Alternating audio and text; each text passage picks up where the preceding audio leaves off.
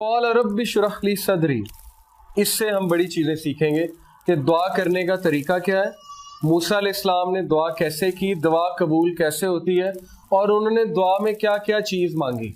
Okay, اب note کریں، موسیٰ علیہ السلام کو پتہ ہے میں نے جانا ہے، انہوں نے اللہ سے کوئی آرمی نہیں مانگی، حالانکہ فرعون کی بہت بڑی آرمی تھی۔ وہ اللہ سے کہہ سکتے تھے اللہ مجھے $2 بلین دے دیں، اور مجھے جو ہے وہ اتنے ہوائی جہاز دے دیں، اور مجھے فرشتے بھیج دیں مدد کے لیے، اور جو ہے وہ مجھے اتنے گھوڑے چاہیے، اور اتنے مجھے ٹینک چاہیے، اتنے ہتھیار چاہیے۔ لیکن اب سنیں انہوں نے کیا مانگا۔ قال رب اشرح لی صدری، سب سے پہلے he said O my lord open for me my chest, میرے شرح یعنی کھول دے، کس کو؟ صدر کو، میرے سینے کو کھول دے، یعنی گرانٹ می، اس کی تفسیر ہے grant me self confidence, contentment and boldness, okay, یعنی میک می فیئر لیس، اور جب میں وہاں جاؤں میں کانفیڈنٹ ہو کے بات کروں، اوکے، اور مجھے چیزیں دکھا، مجھے سمجھ آئے، میری آبزرویشن پاور کو بڑھائے۔ تو یہ بڑی پاورفل دعا ہے، یعنی سب سے پہلے انہوں نے اللہ سے کیا کہا، اللہ مجھے آبزرور بنائے، good observer, I should be open, okay, مجھے چیزیں نظر آنی چاہیے دا وے دے آر، اور قرآن آپ کا سینہ کھولتا ہے، دیٹس دا ریزن کہ قرآن کی اتنی فوقیت۔ وَيَسِّرْ لِي أَمْرِي، then he asked what؟ ease۔ انہیں پتا تھا کوئی کام بھی اللہ کی طرف سے آسانی جب تک نہیں آئے گی نہیں ہو سکتا، تو اللہ سے چھوٹے چھوٹے کاموں میں آسانی مانگنی چاہیے، اس میں کوئی شرم نہیں کرنی چاہیے، اوکے۔ عام ایک آدمی سے ہم چھوٹی بات پہ مدد مانگیں گے، وہ کہے گا یار کیا تم آ جاتے ہو، یہ بھی کوئی بات ہے مدد مانگنے والی، لیکن اللہ تعالیٰ مائنڈ کرتے ہیں، لٹرلی مائنڈ کرتے ہیں اگر آپ ان سے چھوٹی چھوٹی باتیں بھی شیئر نہ کریں، اوکے، یہ حدیث سے پروون ہے۔ تو ویسر لی امری کے کریٹ ایز ان مائی ٹاسک، اس میں بہت زیادہ آپ پیدا کریں ایز۔ واحلل عقدۃ من لسانی، ہی نیو ہز ویکنیس، اوکے، آپ کو اپنی ویکنیس پتہ ہونی چاہیے۔ ان کی ویکنیس کیا تھی؟ لکنت، زبان میں لکنت تھی، تتلا کر بولتے تھے، کیونکہ بچپن میں ایک کوئلہ منہ میں لے لیا تھا کھیلتے ہوئے، جس کی وجہ سے زبان ڈیمیج ہو گئی تھی۔ تو اللہ کو کہا کہ روانگی پیدا کیجئے میری زبان میں، کیونکہ آپ کر سکتے ہیں۔ علمہ البیان، آپ نے ہی سکھایا انسان کو بیان کرنا، تمام سپیچز آپ کی طرف سے ہیں۔ دیکھیں وہ چھوٹی چھوٹی چیزیں مانگ رہے ہیں، ہمارے لیے چھوٹی چیزیں ہیں کہ یہ بھی کوئی بات ہے اللہ سے ہم کہیں کہ اللہ میری زبان اس طرح کرتی ہے تو اس کو سیدھا کر دیں۔ ہم تو مانگیں گے اللہ مجھے دولت دے دے، مجھے یہ کر دے، اوکے، میری جو ہے وہ میرے پاس یہ آ جائے، وہ آ جائے، بڑا گھر آ جائے، لیکن he is asking value added things in life, کہ میری زبان کی لکنت ختم ہو جائے، یفقہوا قولی، تاکہ وہ میری سپیچ کو انڈرسٹینڈ کریں۔ کیوں؟ کیونکہ اب موسیٰ علیہ السلام کی نیت کیا تھی اس دعا کے پیچھے؟ پرسنل تھی، زبان کو کیوں وہ صحیح کروا رہے تھے؟ تاکہ وہ اللہ کا پیغام اچھے انداز سے نوا، ان کا جو بیج تھا وہ بڑا اسٹرانگ تھا، اس لیے درخت بہت اسٹرانگ تھا، اوکے۔ اگر وہ اپنی پرسنل اس کے لیے کہتے، اس میں حرج کوئی نہیں ہے، اس کا یہ مطلب نہیں پرسنل کے لیے نہیں کر سکتے، بالکل کر سکتے ہیں۔ اللہ سے آپ پرسنل چیز ہر کچھ مانگ سکتے ہیں، دولت بھی مانگ سکتے ہیں، لیکن اگر نیت اچھی ہے تو کیا ہی بات ہے۔ جیسے وہ ایک حدیث ہے، وہ حدیث تو ویسے ضعیف ہے لیکن اس کا کانٹیکسٹ بڑا اچھا ہے۔ نبی صلی اللہ علیہ وسلم نے ایک صحابی سے پوچھا کہ تم نے اپنے گھر میں روشن دان کیوں بنوایا؟ انہوں نے کہا تاکہ ہوا آئے۔ تو نبی صلی اللہ علیہ وسلم نے کہا کہ کیا یہ اچھی بات ہوتی اگر تم کہتے کہ اذان کی آواز آئے تو ڈبل ریوارڈ ہوتی، ہوا تو آنی تھی، اوکے، ہوا تو ایک نیچرل پروسیس ہے، لیکن تمہاری نیت یہ تھی کہ اذان کی آواز آئے تو یہ ریوارڈ بھی ہو جاتا، تو حرج کوئی نہیں ہے، لیکن نیت ہو تو بہت ہی اچھی بات ہے۔ وَجَعَلْ لِي وَزِيرًا مِّنْ أَخْلِي، پھر انہوں نے کیا کہا، appoint for me a helper from my family, ایک وزیر اخذ کریں۔ کیا ثابت ہوا؟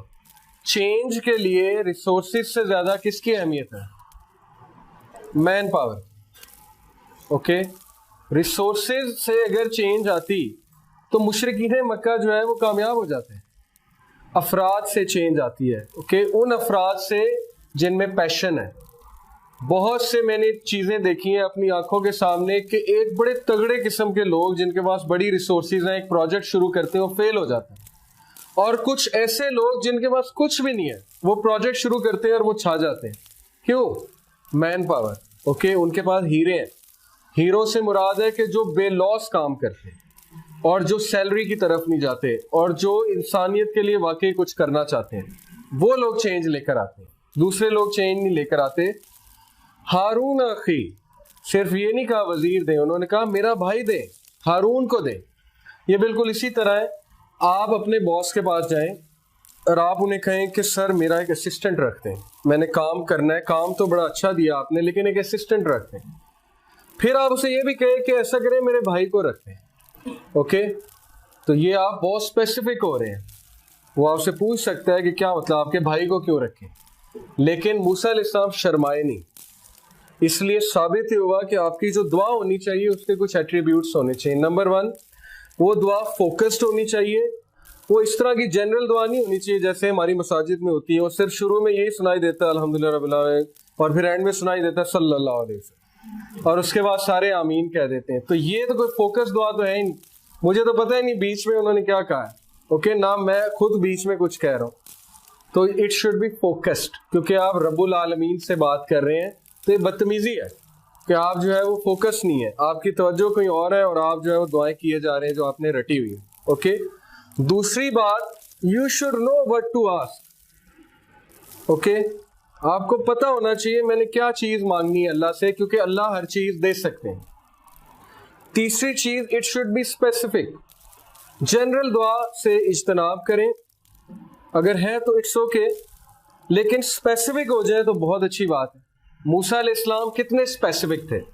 उन्होंने कहा अल्लाह मेरी जुबान की लुकनत ठीक कर दें, उन्होंने कहा मेरा चेस्ट एक्सपैंड कर दें, और इतना स्पेसिफिकली मेंशन किया कि मुझे असिस्टेंट दें, और कौन दें?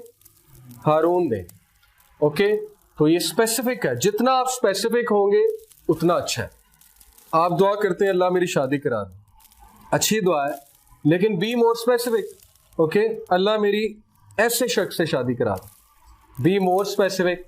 अल्लाह मेरी ऐसे इंसान से शादी कराएं जो ये करता है। ओके, और स्पेसिफिक हो जाए। जितना स्पेसिफिक होते जाएंगे, जितनी डेप्थ आती जाएगी नमाज में, उतनी आपकी दुआएं कबूल होती जाएंगी, जितनी दुआ में डेप्थ आती जाएगी।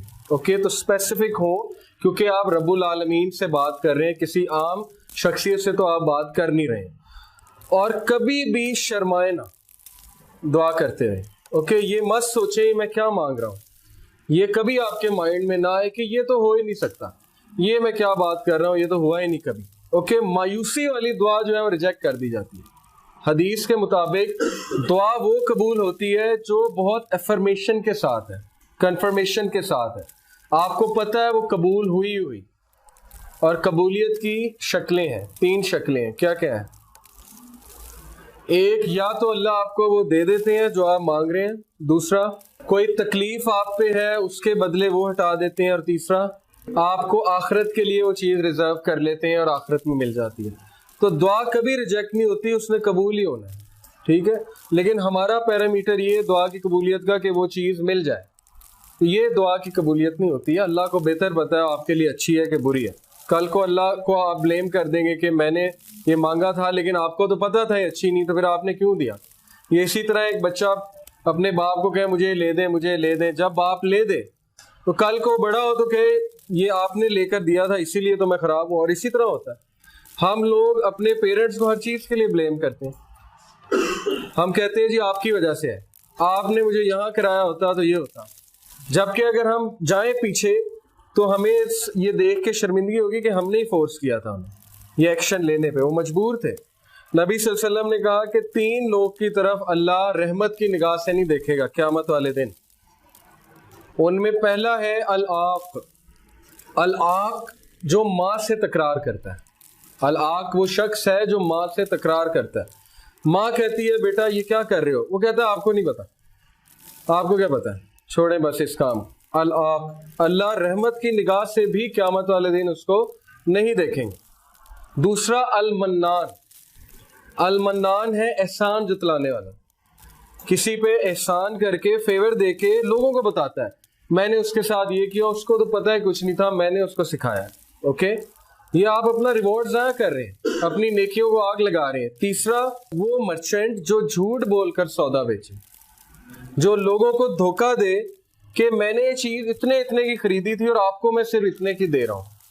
तो बेसिकली झूठा इंसान, लोगों को इम्प्रेस करने के लिए झूठ बोलने वाला इंसान, ये 3 लोग की तरफ अल्लाह रहमत की निगाह से भी नहीं। और इनमें सबसे ज्यादा स्केरी पहला है, کیونکہ یہ ہمارا المیہ ہے. یوتھ میں ہم لوگ ماں سے تکرار بڑی کرتے ہیں. اوکے, یہ چیز آپ چھوڑ دیں کیونکہ اس کی بڑی اسٹرکٹ